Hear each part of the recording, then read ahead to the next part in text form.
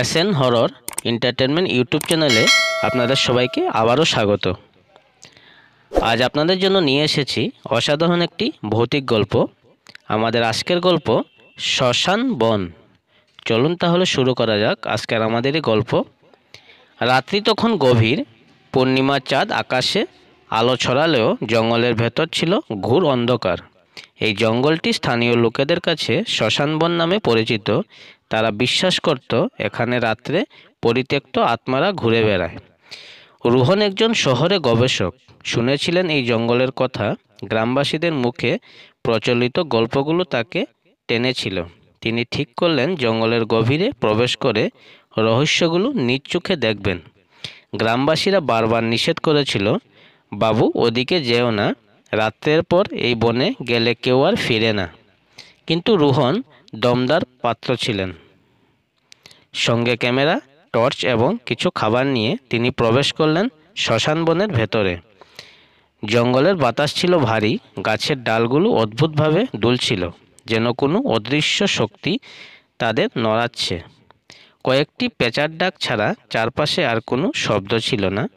কিছু দূর হাঁটার পর রোহনের মনে হলো কেউ তার পেছনে হাঁটছে। তিনি থেমে গেলেন, চারপাশে টর্চের আলো ফেললেন, কিন্তু কিছুই দেখতে পেলেন না। তিনি আবার হাঁটা শুরু করলেন। এবার পেছনের শব্দ আরও স্পষ্ট হলো, মাটি ঘষা ঘষা পায়ের শব্দ। রোহন সাহস করে পেছন ফিরে জিজ্ঞেস করলেন, কে ওখানে? কেউ উত্তর দিল না। তবে কিছুক্ষণ পর হঠাৎই একটি ঠান্ডা বাতাস এসে রোহনের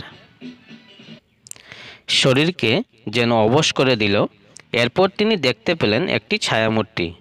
মূর্তিটি ধীরে ধীরে তার দিকে এগিয়ে আসছিল।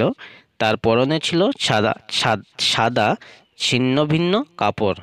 তার মুখের জায়গাটি ছিল সম্পূর্ণ অন্ধকার। রোহর আতঙ্কে পা পিছলে পড়ে গেল। মূর্তিটি তার সামনে এসে থামল, ভয়ঙ্কর কণ্ঠে বলল, তুমি এখানে কেন এসেছ এখানে? রোহন নিজেকে সামলে বললেন, আমি জানতে চাই এই জঙ্গলে কি লুকানো আছে। ছায়ামূর্তি উত্তর দিল, যা লুকানো আছে তা তোমার জন্য নয়, ফিরে যাও, নইলে পরিণাম হবে ভয়াবহ। কিন্তু রোহন জেদ ধরে এগিয়ে যেতে লাগলেন। গভীর বনের এক স্থানে তিনি একটি প্রাচীন ধ্বংসাস্তূপ দেখতে পেলেন। সেখানে মাটির নিচ থেকে একটি রহস্যময় শব্দ আসছিল, যেন কেউ মাটির নিচ থেকে সাহায্যের জন্য চিৎকার করছে। রোহন কৌতূহলী হয়ে মাটি খুঁড়তে শুরু করলেন। একটু খুঁড়তেই তিনি পেলেন একটি পুরনো কাঠের বাস্ক। বাস্কটি খুলতেই বেরিয়ে এলো এক ভয়ঙ্কর চিৎকার এবং এক ঝলক অদ্ভুত আলো। পরবর্তী মুহূর্তে জঙ্গলে সব কিছু বদলে গেল। রোহন নিজেকে দেখতে পেলেন এক অদ্ভুত পৃথিবীতে, যেখানে গাছগুলো রক্তের মতো লাল আর আকাশ কালো কুয়াশায় ঢাকা। চারপাশে শুধু আত্মাদের করুণ চিৎকার। এই পৃথিবী থেকে আর কেউ কখনো ফেরেনি। রোহনও হয়তো ফিরতে পারবে না, কিন্তু শ্মশান বন এখনও জেগে আছে। তার রহস্য নিয়ে যারা সাহস করে ভেতরে যায় তাদের আর ঘরে ফেরা হয় না।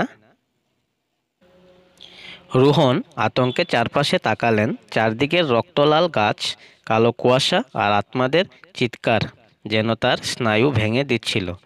তিনি বুঝতে পারছেন এই স্থান আর তার সাধারণ পৃথিবীর অংশ নয়, কিন্তু তিনি জানতেন এখান থেকে বের হতে হলে তাকে শান্ত থাকতে হবে এবং কোনো না কোনো উপায় খুঁজে বের করতে হবে।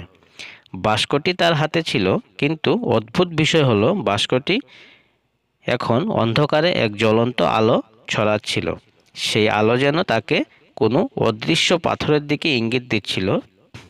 তিনি আলো অনুসরণ করে এগিয়ে গেলেন। পাথরটি ছিল অদ্ভুত, মাটিতে মানুষের হাড়গোড় ছড়ানো, আর আকাশে ভেসে বেড়াচ্ছিল অদ্ভুত চোখ গলা ঢাকা ছায়ামূর্তিরা। তারা দূর থেকে রোহনকে পর্যবেক্ষণ করছিল। কেউ কেউ যেন তার দিকে এগিয়ে আসতে চাইছিল, কিন্তু কোনো এক অদৃশ্য শক্তি তাদের থামিয়ে দিচ্ছিল। অল্পক্ষণ পর রোহন পৌঁছালেন একটি বিশাল প্রাচীন গাছের কাছে। গাছটির শাখাগুলো ছিল কাঁটায় ভরা, আর তার গুড়ি থেকে বের হচ্ছিল এক অদ্ভুত আওয়াজ। কাছাকাছি যেতেই তিনি অনুভব করলেন গাছটি যেন তাকে কথা বলছে। তুমি কি জানো তুমি কি মুক্ত করেছ? গাছটির গভীর কণ্ঠে প্রশ্ন। রোহন সাহস জুগিয়ে বললেন, আমি জানতে চাই কি এই জঙ্গলের রহস্য, এখানে আমি কিভাবে পৌঁছলাম। গাছটি উত্তর দিল, তুমি এমন এক শক্তিকে জাগ্রত করেছ যা সহস্র বছর ধরে বন্দী ছিল। এই বাঁশকে আবদ্ধ ছিল এক আত্মা, যে পৃথিবীর আলো দেখার অধিকার হারিয়েছে তার পাপের কারণে। তাকে মুক্ত করে তুমি নিজেকে এই অভিশপ্ত জগতে বন্দী করেছ। রোহনের মন ভেঙে গেল। তিনি জিজ্ঞেস করলেন, তাহলে আমি কিভাবে ফিরে যাব? কোনো উপায় কি নেই? গাছটি উত্তর দিল, উপায় আছে, কিন্তু তা সহজ নয়। এই জঙ্গলের গভীরে আছে শূন্যলোকের দরজা। যদি তুমি সেখানে পৌঁছতে পারো তবে ফিরে যেতে পারবে, কিন্তু পথে তোমাকে সম্মুখীন হতে হবে এমন বিপদের যা তুমি কল্পনাও করতে পারো না। রোহন নির্ভীকভাবে বললেন, আমি যাব, আমাকে পথ দেখাও। গাছটি তার একটি শাখা দিয়ে মাটিতে একটি মানচিত্রের মতো কিছু আঁকল। এই পথ নাও, কিন্তু মনে রেখো প্রত্যেক ধাপে তোমাকে পরীক্ষা দেওয়া হবে। যদি তুমি ব্যর্থ হও, এই জঙ্গল তোমাকে গিলে ফেলবে। রোহন মানচিত্রটি দেখে হাঁটতে শুরু করলেন। প্রথম পরীক্ষাটি ছিল মায়ার ঘাট। তিনি সেখানে পৌঁছতেই দেখতে পেলেন তার মৃত মায়ের ছায়া। তিনি ডাকছিলেন, রোহন, আমার কাছে আয়, এতদিন আমি তোর জন্য অপেক্ষা করছি। রোহন থেমে গেল। তার হৃদয় বিদীর্ণ হচ্ছিল, কিন্তু তিনি জানতেন এটি একটি মায়া। তিনি চোখ বন্ধ করে নিজেকে শক্ত করলেন এবং এগিয়ে চললেন। পরবর্তী পরীক্ষাটি ছিল অন্ধকারের দৃষ্টি। হঠাৎ চারপাশে ঘোর অন্ধকার নেমে এলো। তিনি আর কিছুই দেখতে পাচ্ছিলেন না। চারপাশ থেকে ভয়ঙ্কর কণ্ঠস্বর ভেসে আসছিল, তুমি পথ হারিয়েছ, আর কখনো আলোর দেখা পাবে না। রোহন নিজের টর্চ চালাতে চাইলেন, কিন্তু সেটি কাজ করছিল না। তিনি বাধ্য হয়ে বাস্কটির আলো অনুসরণ করলেন। বাস্কটি যেন তার জন্য পথ দেখাচ্ছিল। অন্ধকার কাটিয়ে তিনি আবার পথ খুঁজে পেলেন।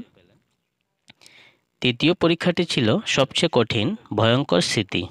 রোহন এমন কিছু ঘটনা দেখতে পেলেন যা তার জীবনের সবচেয়ে বড় দুঃস্বপ্ন।